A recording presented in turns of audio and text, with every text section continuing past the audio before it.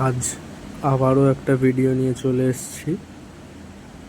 তো সবাই আমাকে বলে আমি যে দুটো মেল ডগ পুষি তার মধ্যে একটা আবার জিএসডি মানে জার্মান শেপার্ড, এটা অ্যাগ্রেসিভ হয়ে যায় না? তাদের আমি বলতে চাই যে হ্যাঁ, এরা অ্যাগ্রেসিভ হয়, কিন্তু তখন যখন এদের এনার্জিটা ঠিক মতন ড্রেন আউট হয় না। অর্থাৎ এদের যতটা এক্সারসাইজ প্রয়োজন সারাদিনে ততটা এক্সারসাইজ যদি এদের হয়ে যায়, অথবা এক্সারসাইজের মধ্যে রান হতে পারে, ওয়াক হতে পারে, খেলাধুলা হতে পারে বল নিয়ে, এগুলো যদি এদের পরিপূর্ণ হয় তখন এরা আর কোনোদিনও অ্যাগ্রেসিভ হবে না।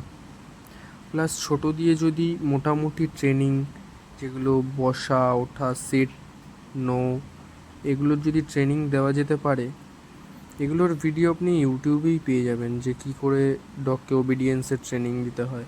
সেই ট্রেনিংগুলো যদি আপনি ছোটো দিয়ে করতে পারেন আর তার এনার্জি যদি প্রপার ড্রেন আউট হয়, কখনোই একটা কুকুর কোনোদিনও অ্যাগ্রেসিভ হবে না।